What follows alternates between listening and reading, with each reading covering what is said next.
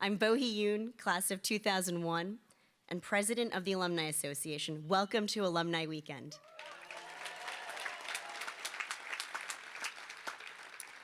You are here. The theme of this year's Alumni Weekend deeply resonates with me.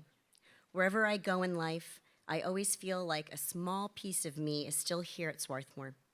Reconnecting with that part of me is why I stay involved, why I volunteer, why I give, and why I come back to campus every chance I get. I hope you feel this yourself this weekend and always. And if you do, I encourage you to give back to Swarthmore with your time, your talents, or treasure. Swarthmore is part of you, and you are part of Swarthmore. Thank you for being here. Now on to our full program for collection. Each year, alumni, classmates, faculty, and staff members submit nominations for the college's 3 Alumni Service Awards, which are then reviewed and selected by Alumni Council, or in the case of the Shane Award, the Advancement Office. It is my pleasure to present those awards to their deserving recipients this morning. First, we will award the Joseph B. Shane Alumni Service Award. The Shane Award was established in honor of the late Joseph B. Shane, class of 1925, who served Swarthmore College as Vice President for Alumni Affairs and Public Relations for more than 21 years. Joe's service to the college went beyond a simple job description. His warmth, humor, dedication, and service to the college and Quaker spirit made a lasting mark on Swarthmore and all who knew him. We are honored to present this year's Joseph Shane Award to David Turnquist, class of 1978. David has been steadfast.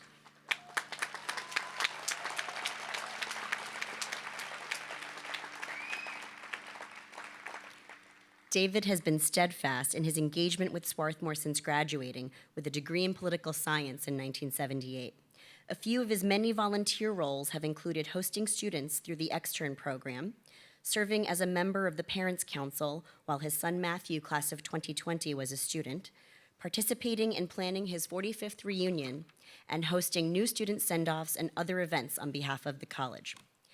David has also been an active member of the Council on Presidential Initiatives since its inception in 2017, and a philanthropic leader, stepping up as one of the first members of CPI to make a campaign gift to the Dining and Community Commons.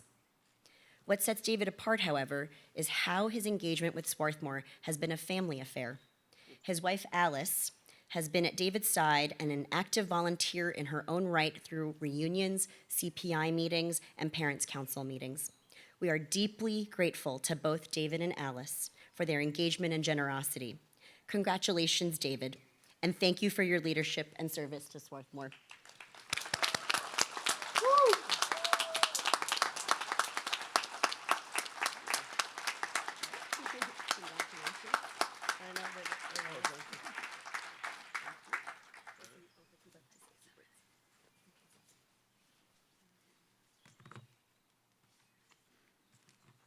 Pardon me while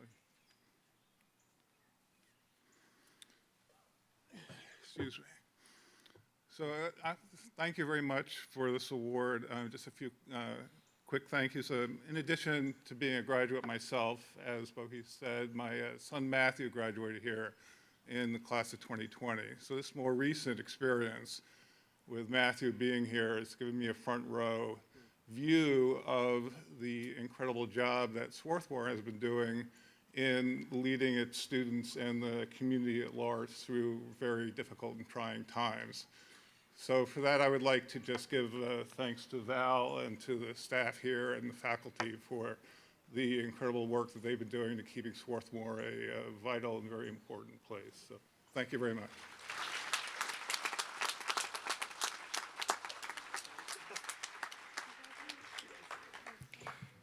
It is now my pleasure to award the Arabella Carter Community Service Award.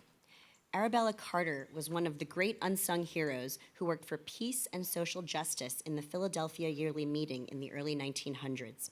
She never sought publicity or recognition for her work and was largely forgotten by all but Friends Historical Library archivists who saw her hand in Quaker peace and social justice work for over 3 decades. She appears to have received no monetary compensation for all these services, living simply on family money. This award honors alumni who have made significant contributions as volunteers in their own communities or on a regional or national level. Alumni Council hopes to honor alumni whose volunteer service is relatively unknown. This year's Carter Award winner is my friend, Veronica Maria Sol Herrera, class of 2003. In her nomination, classmate Lucy Lang described Veronica as embodying the spirit of the unsung hero for her life's work, elevating the voices and experiences of marginalized communities in the fight for climate justice, making her the ideal candidate for this award. Veronica is a lifelong community activist and an associate professor in the Luskin School of Public Affairs at UCLA, where she studies the politics of development in global South cities with a focus on Latin America. Her research interests include urban politics, decentralization, civil society participation, social mobilization, and environmental politics and policymaking. She is also an expert on water policy and international development. Veronica is the recipient of several national awards, including the Ford Foundation Postdoctoral Fellowship from the National Academies of Sciences, Engineering, and Medicine, the Postdoctoral Fellowship from the American Association of University Women, a Career Enhancement Fellowship from the Woodrow Wilson National Fellowship Foundation, and the Clarence Stone Young Scholars Award from the American Political Science Association's Urban and Local Politics section.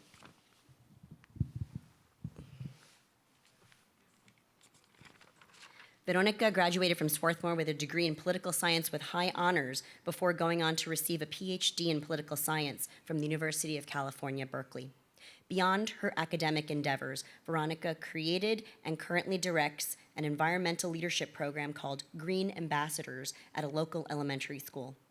The 1st through 5th grade student participants meet monthly to sort recycling and learn about environmental issues in Los Angeles and globally, and then return to their classrooms to share their knowledge and help implement green practices. Veronica has become a leading voice in her city and school district on matters ranging from recycling to water conservation to sustainable food service programs. Her commitment to educating and empowering individuals to speak up for climate justice is inspirational. Please join me in thanking Veronica for her service and congratulating her on receiving this year's Arabella Carter Community Service Award.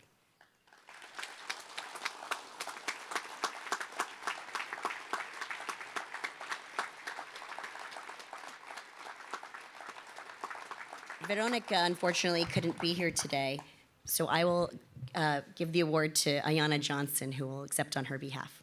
Thank you. Oh, you have it. Great. Moving right along. Thank you.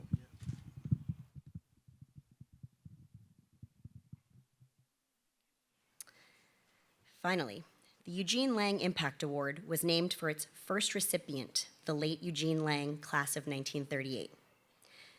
The Eugene Lang Impact Award recognizes an alum who has made an impact on society, just as Gene Lang did throughout his life. This year's Eugene Lang Impact Award is presented to Julia Landau, class of 1978. Julia is the director of the Disability Education Justice Initiative and Autism Center at Massachusetts Advocates for Children. A specialist in special education law, Julia has over 40 years of experience conducting legislative advocacy and litigation on behalf of children with disabilities.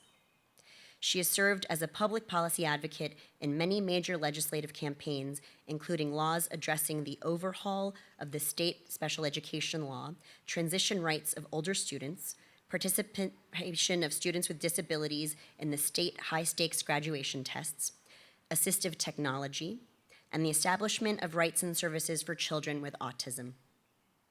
Julia has developed special education law training curricula and provided workshops for parents and professionals throughout the Commonwealth.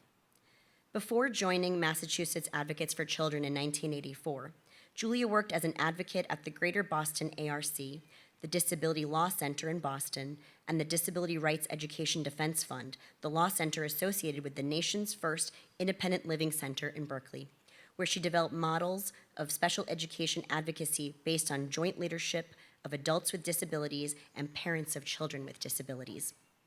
Julia graduated with a special major from Swarthmore in 1978 and went on to earn her JD from Suffolk University in 1984.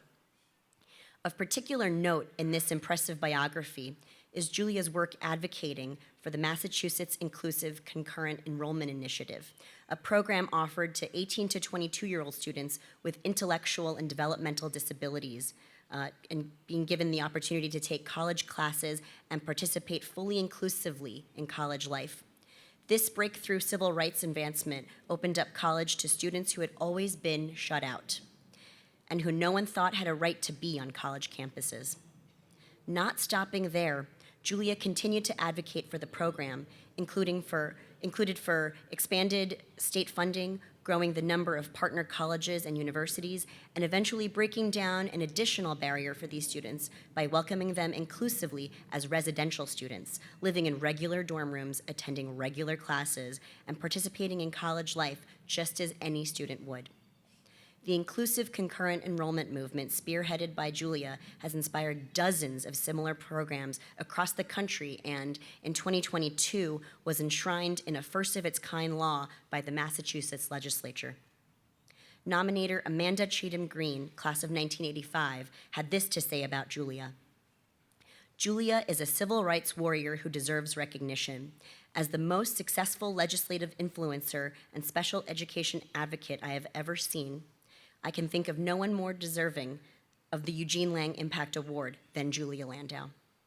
It is an honor and a privilege to present the Lang Impact Award to Julia Landau. Please join me in congratulating her.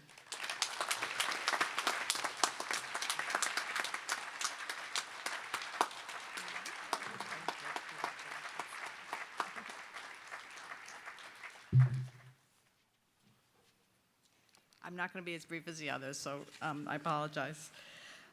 But thank you so very much. I'm really deeply touched and kind of a little overwhelmed to receive the Eugene Lang Impact Award. He was clearly, Mr. Lang was a just extraordinary innovator, leader, and a philanthropist. And I also want to briefly thank Amanda Green for the really surprising nomination out of the blue.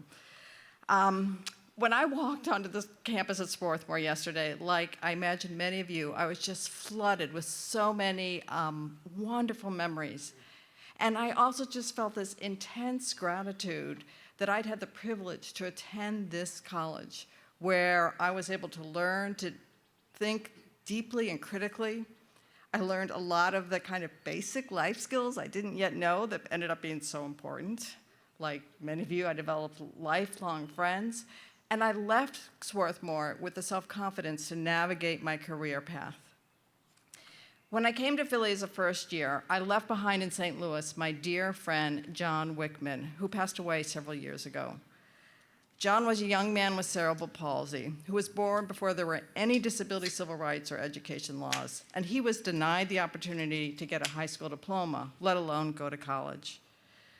John was a tenacious advocate, and he ultimately was able to live independently, but he would have thrived if he had the chance to go to college.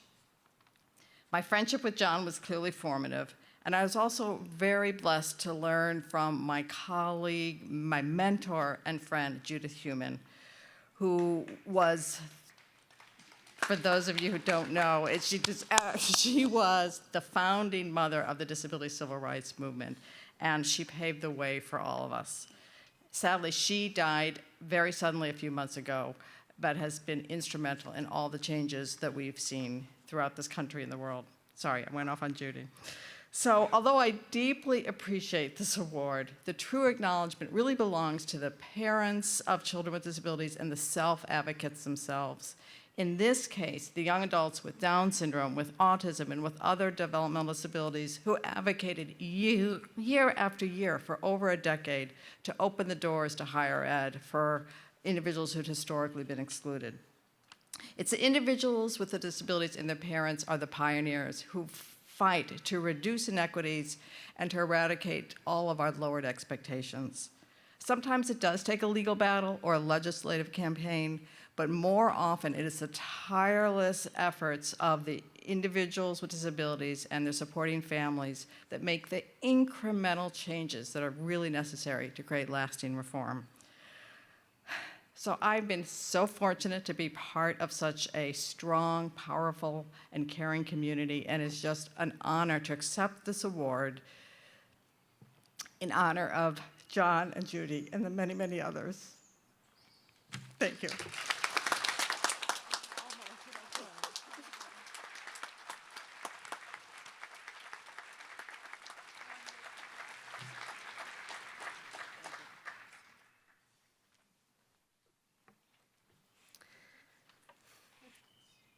Each year, the Alumni Association welcomes retiring faculty members into our ranks. This year, we welcome Nelson Mackin and Tom Stevenson. Nelson Mackin is the Howard N. and Ada J. Evenson Professor Emeritus of Engineering. He taught and conducted research with students and coworkers in the area of thermal energy for 45 years. His student projects included participation in national contests for hybrid electric and fuel cell vehicles. Tom Stevenson, the James H. Hammonds Professor of Chemistry, has been a member of the Department of Chemistry and Biochemistry since 1985 and served as chair of the department on a number of college committees and as provost. In his almost 38 years at Swarthmore, Stevenson has focused on general and physical chemistry courses along with senior-level seminars and supervising student research in his laboratory. Welcome to the Swarthmore alumni community, Nelson and Tom.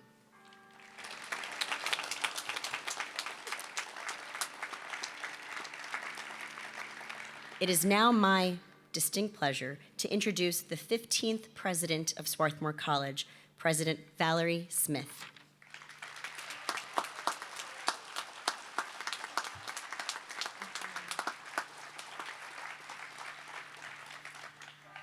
Thank you, Bohi, and good morning, everyone. It's my distinct pleasure to welcome all of you, alumni, family, and friends who are here with us today. So what a glorious time of year to be at Swarthmore. I am delighted to be able to share this occasion with you in the place we all love so much. You are what makes the college such a special place, embodying the spirit of the mission, the values, and the meaning of Swarthmore. We no longer take the ritual of in-person reunions for granted, so it is a joy to see our campus bustling with alumni, family, and friends. Alumni Weekend would not be possible without the dedication of so many of you who give so generously of your time. I'd like to recognize all of the reunion committee members who never hesitate to say yes to what we ask of them, and then go above and beyond those requests to help make this weekend so successful. So would all reunion volunteers stand as you are able so that we can thank you?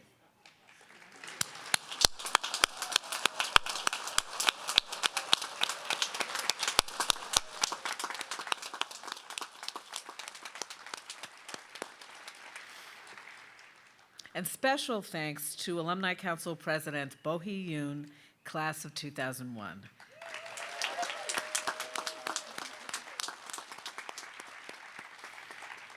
Bohi is concluding her tenure as president this year, and we thank her for her leadership. I want also to recognize the incoming president of Alumni Council, Ayanna Johnson, class of 2009. You will get to meet Ayanna later in this program, but I'm going to ask Ayanna to stand now so we can applaud her.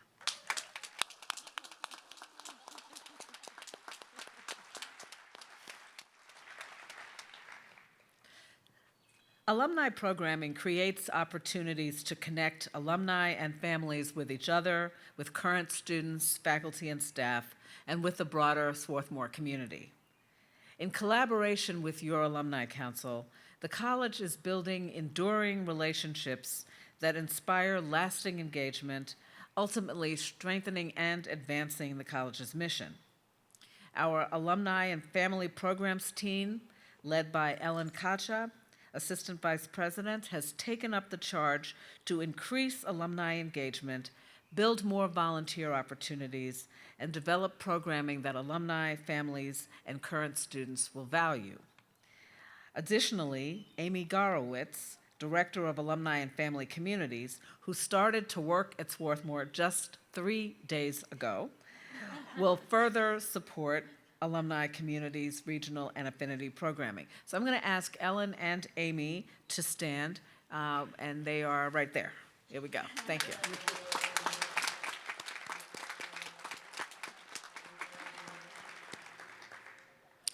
So please feel free to introduce yourselves to them over the weekend, and I know they're eager to connect with all of you. Okay. And of course, the fire horn. This would not be a ceremony without a fire horn.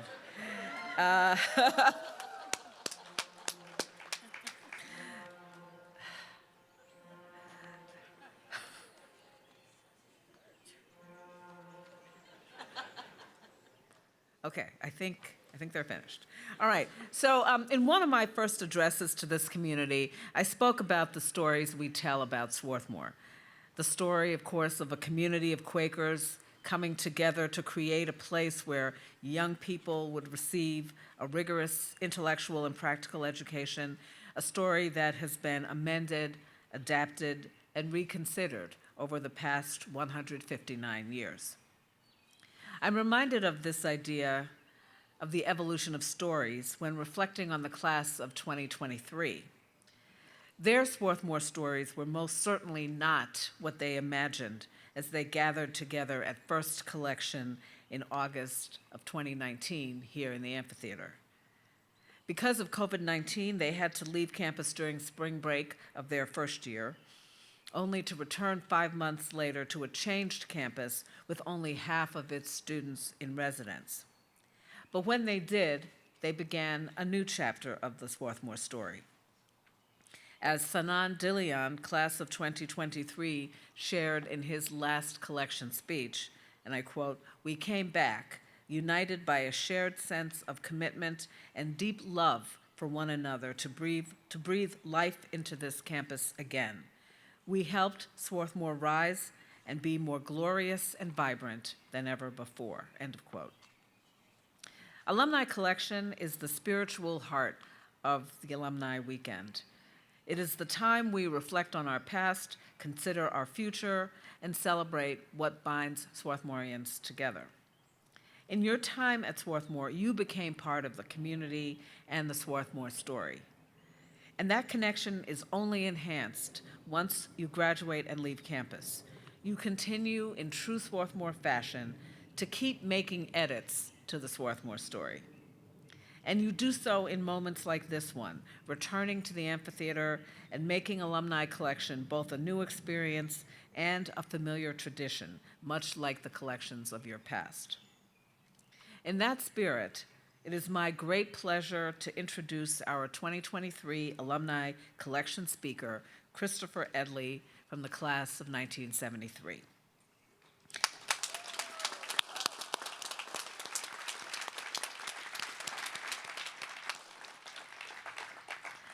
A gifted teacher, a brilliant scholar, and a committed public servant, Chris holds a JD from Harvard Law School, as well as a master's in public policy from Harvard's Kennedy School.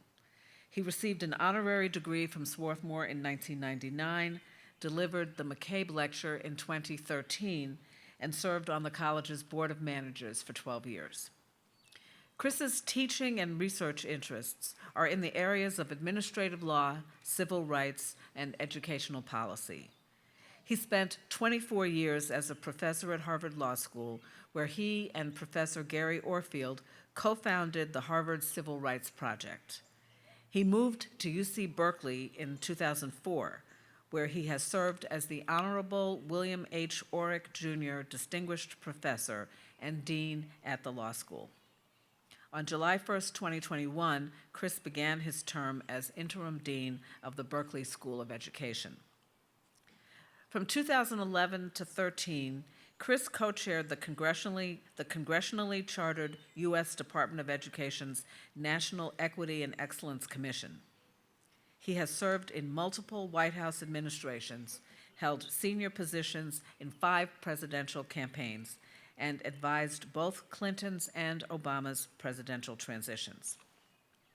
Additionally, he was a congressionally appointed member of the U.S. Commission on Civil Rights from 1999 to 2005, and was a member of the 2001 Bipartisan National Commission on Election Reform, which was co-chaired by Presidents Gerald Ford and Jimmy Carter. Chris co-founded and serves as President Emeritus of the Opportunity Institute that focuses primarily on education equity issues. Among his professional affiliations, Chris is a member or fellow of the American Academy of Arts and Sciences, the National Academy of Public Administration, the Council on Foreign Relations, the American Law Institute, and the advisory board of the Hamilton Project at the Brookings Institution. He's a frequent member of committees for the National Academies of Sciences, Engineering, and Medicine. Recently, he chaired study committees that evaluated performance standards for the National Assessment of Educational Progress, often called the Nation's Report Card, recommended adult literacy standards, and designed a national system of educational equity indicators. Chris puts into practice every day, through his teaching, research, and leadership, Swarthmore's commitment to social responsibility. This morning, he will ask all of us to think about the topic, considering the humanly impossible. Please join me in welcoming Chris Edley.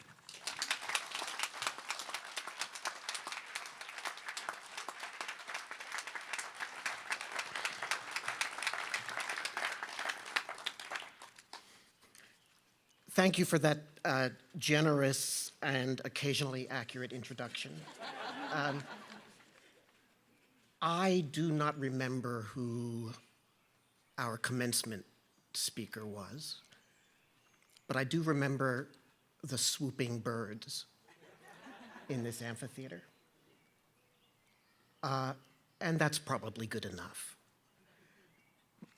My remit here, this is collection, is to try to be thoughtful in hopes that you will be thoughtful. So I'd like to begin by asking you to please lower your expectations. If I hit it right, what I'm going to say will be challenging, just skirting the edge of incoherence. And I'm going to violate rule number 3 of politics, which is never read a speech unless you have a teleprompter.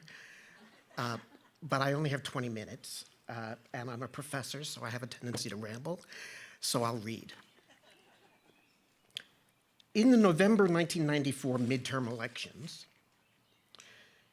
the GOP won a majority of the US House of Representatives. The incoming Speaker, Newt Gingrich, announced an agenda, the Contract with America, that included legislation to eliminate race-based affirmative action across more than 200 federal and federally funded programs. The courts had decided the constitutionality of such measures 30 years earlier, but congressional Republicans and some conservative Democrats now were pressing for a different social policy judgment. Inside the White House, some advisors urged President Clinton to concede and proposed class-based alternatives. Some others urged him to mount a vigorous defense.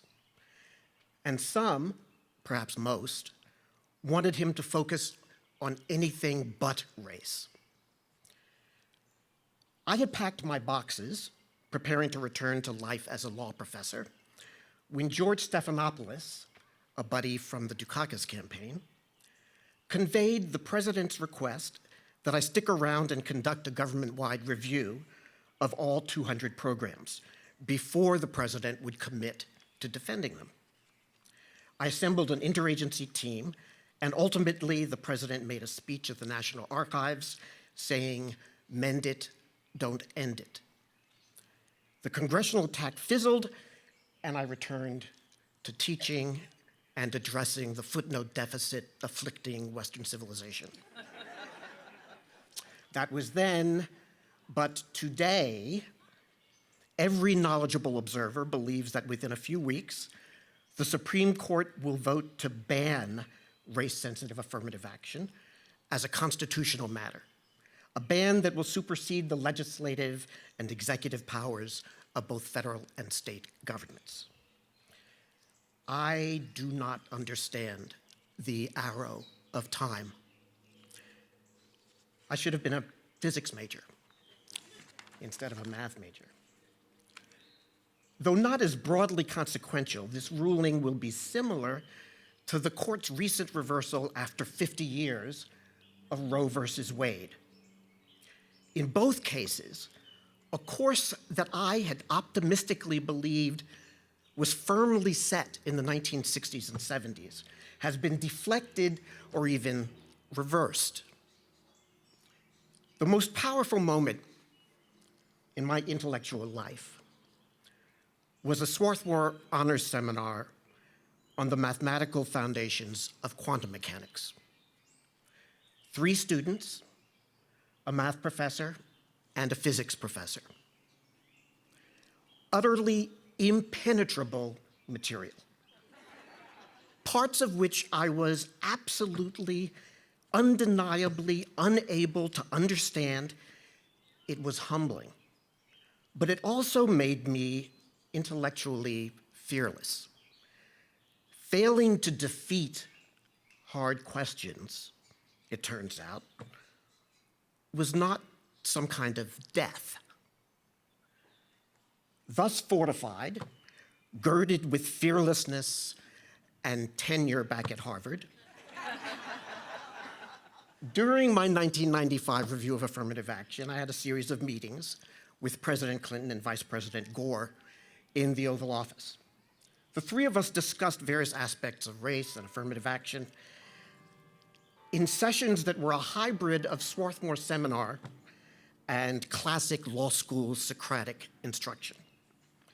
My goal was to elicit from them a coherent set of ethical judgments and social values that could provide a compelling framework for a multitude of policy, political, and even legal choices.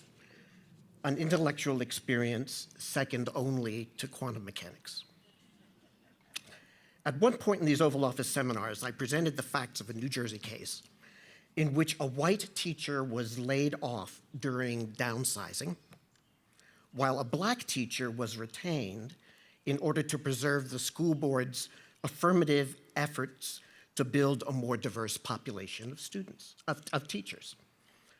The parties stipulated that the 2 teachers were identical in all customary respects: seniority, credentials, performance, etc. I asked the president and vice president, should it be permissible to consider race and diversity when deciding whom to lay off? Clinton and Gore were silent. And then, painfully silent. Finally, Gore said yes. And I asked, why? Then more silence. It's just the way I was raised, Gore said. How so? I asked. Maybe my religious values, he said. How so? I said. There are plenty of racist Southern Baptists. Several days later, Gore buttonholed me after an unrelated meeting and said that he had more thoughts. And here's what he said, paraphrasing and cleaning it up a little bit. I should have majored in religion. I believe, he said, that humans are born with a proclivity to beware of those who are different, to misunderstand, to distrust, to withhold empathy, even to hate because of difference. Maybe it's because they're from the other cave in the next valley. Maybe they are competitors. That part of our nature, he said, resides inside of us coiled like a snake, ready to strike out when triggered. We have to control it. It's just there. More generally, Gore continued, it's like our capacity to sin. It's just there. But like sin, that doesn't mean we give up. It means we must commit each day to struggle against it. Each day, every decade, every generation. I'm reminded of this whenever I think about the Middle East, when I think about reproductive rights, or about our tolerance for persistent disparities in educational opportunities and outcomes, disparities that make historical wounds impossible to heal and portend painful wounds to come. When I see intolerance and violence based on gender identity and sexuality, I think of snakes. When I think about the intersection of climate change and environmental justice, when I think of Florida, do we have the institutions, the empathy, the steadfastness humanity needs? One takeaway from Gore's thesis is that a speech, a book, a sermon, a friend, even a war will not kill the snakes. I believe the snakes within us, indeed, will be an important cause of our demise, the end of days for Homo sapiens. But I have a dream, too. Perhaps we can stoke our optimism by first considering dinosaurs. Now, Homo sapiens emerged about 200,000 years ago. The genus Homo split off from the apes about 8 million years ago. But the age of dinosaurs lasted over 200 million years. That's a pretty successful group of species, 200 million years. I mean, it's true, dinosaurs were eventually wiped out despite their heavy diet of kale. But we simply aren't going to be as successful as dinosaurs. Sad to say, the evidence suggests to me that Homo sapiens just won't make it. We are just an experimental blip, and we're too smart for our own good. Existential threats abide.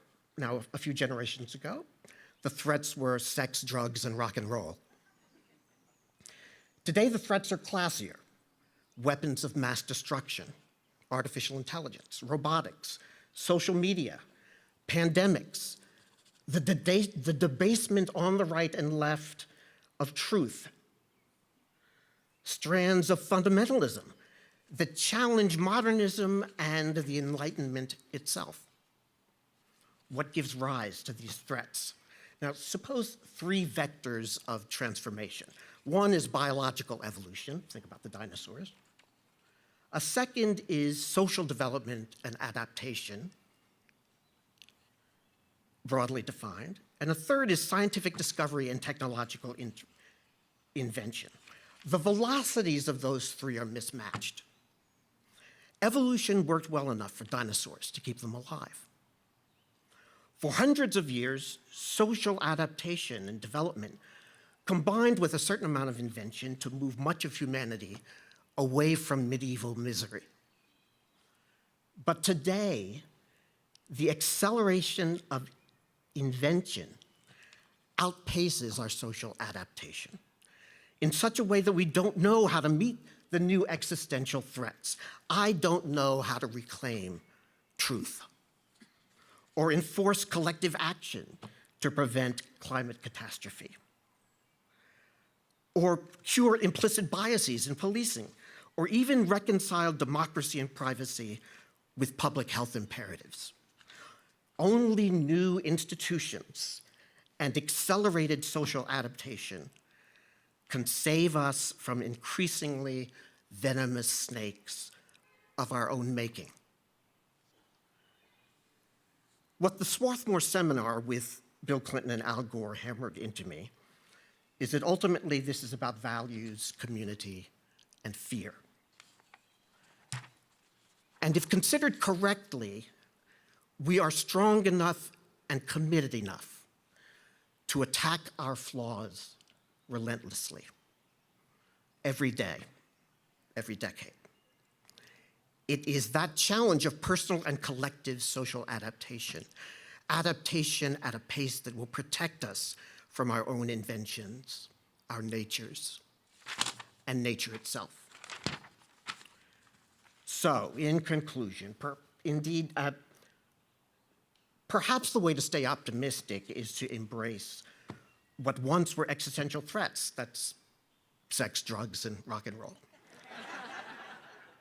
And this is the case for legalizing marijuana, by the way. Optimism, however unhinged from experience and lacking communion with evidence, optimism is far more joyful than despair. More powerfully, Frederick Douglass, in an antebellum anti-slavery speech, said that pessimism is the tool of the oppressor. For the relatively young, Marshal Foch, Allied Supreme Commander in World War I, sent a telegram: "Hard pressed on my right, my center is yielding, impossible to maneuver. Situation excellent, I am attacking." So my prescription to all and for always: your oppressors, real and metaphorical, will fall before you if you banish despair by attacking. My wife often quotes to me, while refusing to provide attribution, if you reach the end and see only death and despair, it's not the end. The Swarthmore experience made a profound difference for me, even though I should have majored in philosophy. May that force be with this college for generations to come. Thank you.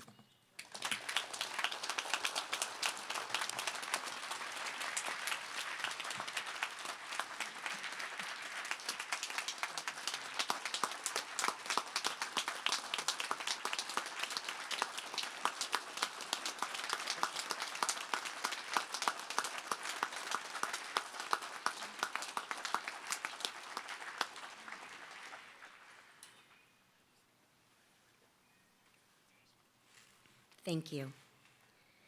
It is now my honor and privilege to pass the gavel to our new Alumni Association President, Ayanna Johnson, class of 2009.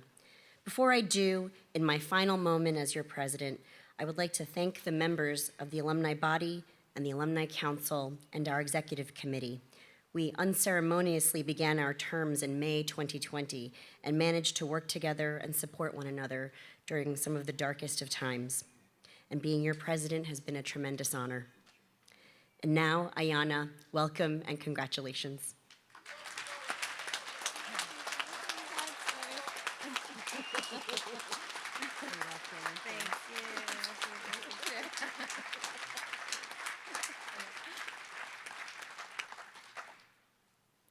Wow, thank you everyone. Good morning, and I'll officially tap my new presidency for Alumni Council.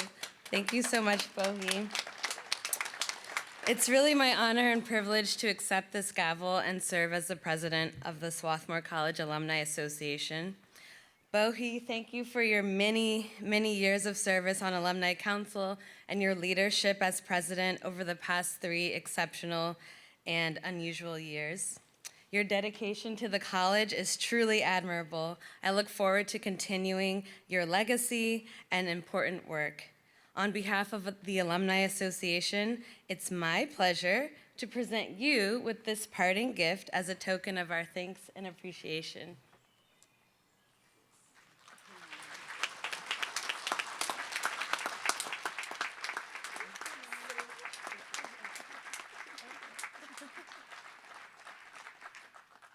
Oh my goodness. You're welcome. Turns out I don't need that stool. Or maybe I do. But we'll see. I'll just do some on my toes. So now on to our alma mater. As is tradition, we will close out today's collection with the singing of the alma mater. I encourage you to sing along or to simply sit back and enjoy the performance by alumni members of Essence of Soul, Grapevine, Mixed Company, and 16 Feet. So as our singers make their way to the stage, I'd like to take a moment to remember an alumni member of 16 Feet, Hugh Weber, class of 2000, who passed away in March of this year. He majored in political science with a concentration in public policy and Black studies. Hugh was instrumental in keeping 16 Feet alumni connected to the student singers on campus and to one another. His true calling was his unique blending of community building, design, innovation, and marketing. He was an artist, and his medium was human connection. In addition to his activities in his professional life that benefited the world, he also created Dude to Dad, and an online community and book to support new fathers in their journey into parenting. The community included 85,000 new fathers, and his book, Dude to Dad, The First 9 Months, was an Amazon Parenting #1 bestseller. Despite the scale of those accomplishments, they paled in comparison to the meaning and joy he derived from the center of his universe, his wife, Amy, and his children, Emerson and Finn. They were his firmament and his inspiration. They were sources of and recipients of an epic love. And love is something that Hugh did well. Family, friends, colleagues, neighbors, classmates, and bakery owners all felt the gravitational pull of his titanic love. Live and digital events he produced were pervaded by that love, as well as his intellect, his creativity, and his curiosity. Curiosity about people around him near and far, about ideas, about design and beauty and commerce and society. What an amazing alumni. The hole left by his departure is too large to comprehend, and his loss will be felt like a change in gravity. So the members of 16 Feet wanted to honor Hugh with that. So thank you for doing that.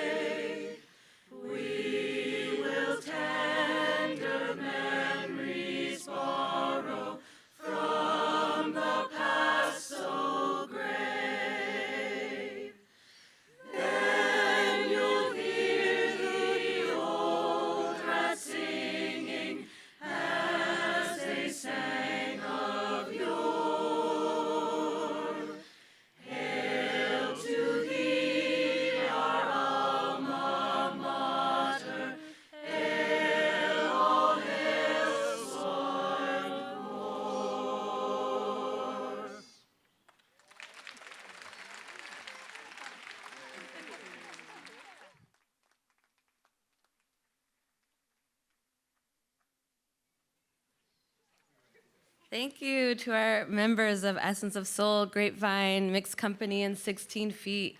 How beautiful. Thank you. Okay, so thank you all for joining us today. I hope to meet many of you, so please feel to introduce yourselves to me or to any of the members of Alumni Council. I think a few are here, so if you're here, raise your hand or stand up.